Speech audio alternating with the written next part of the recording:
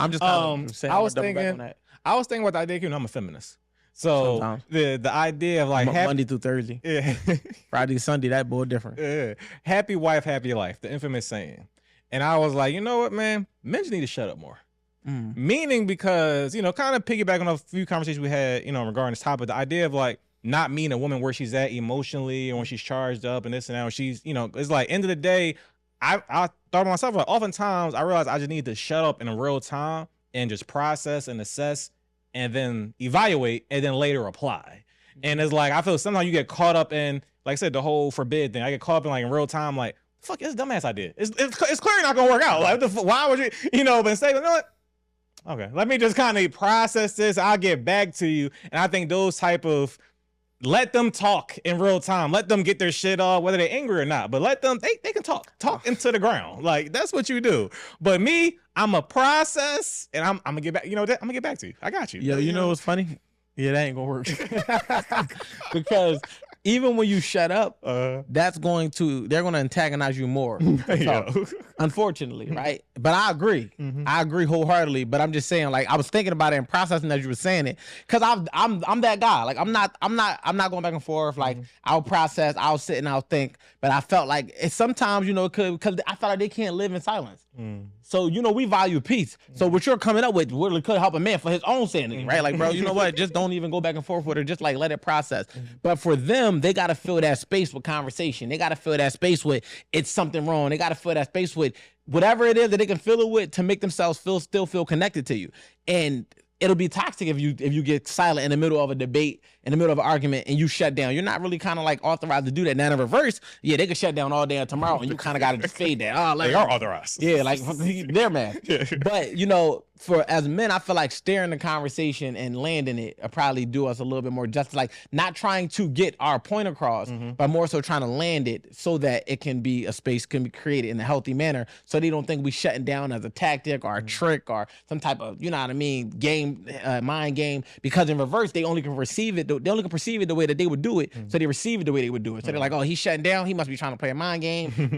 When in reality, it's like, you know what? I'm just checked out of this conversation. I'm gonna just come back to it. I'm trying to stop myself from snapping out. I'm gonna just revisit it. But unfortunately, you know what I mean? You got to find a way to land that a little bit better. But what I was going to say, what was the example you said prior to? You said something. I was trying to hold my thought before I... like just now? Yeah, it was in that same... the happy wife, happy life. But it was that... just men need to shut up. Yeah, it was in that men need to shut. It was in that whole little part. It'll come back to me. But it was before I was going to even talk about men not being able to, for them perceiving it wrong. I was going to say something about that whole concept, but it'll come back. Okay. The idea to kind of shift gears for a little bit about, like, you know, I know you went through this when, you know, you made transition from cities and you had to think about, all right, like, how am I still? That's what I was going to say. Right, you know how this go. So I was going to say that going back to the whole forbid thing. Okay. So it comes a time, right, where as leaders, when we can foresee issues, instead of shutting their idea down, we have to learn how to put parameters in place that beat them to the issue.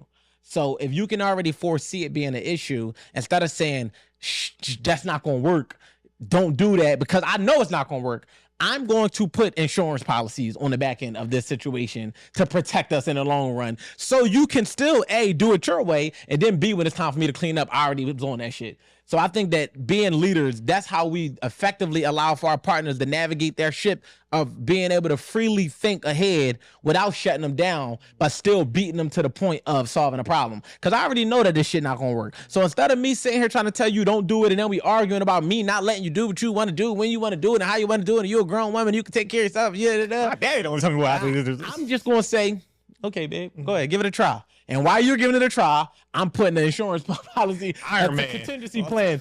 I'm putting a contingency plan in place that protects us. If we never reach the contingency plan, we cool. But in the event that we do, even when you come to me feeling like, oh yeah, y'all should have listened, it's cool, don't even worry about it, I can give you grace because I already was ahead of the game. So that's one of the tips that I would even tell the men that's out there, like when you get in predicaments where you can clearly see that your wife or your girlfriend or your lady is about to make a decision that's like not going to benefit you in the long run.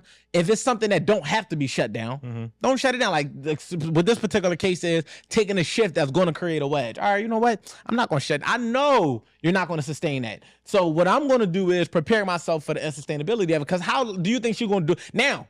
do you run a risk of her falling in love with it? Then that's when the conversation got to be had. Look, damn, I know you really love this shift, but I really do feel like it's creating a wedge between us. And I think we should revisit it because these are the things that is happening behind that. And then that's a different conversation than you flat out saying, no, just don't do it. Because especially for you, Mr. Consultation to get neutered, you know what I mean, without communicating to your wife. So Yeah, you missed that topic, Rick. yeah. Your man made a fucking consultation to get neutered without talking to his wife. Forgot to bring that up. What if she forbid you? I told her about that. What if she forbid you from getting neutered? My body, my choice. Yeah, you see what I'm saying, Mr. My Body, My Choice.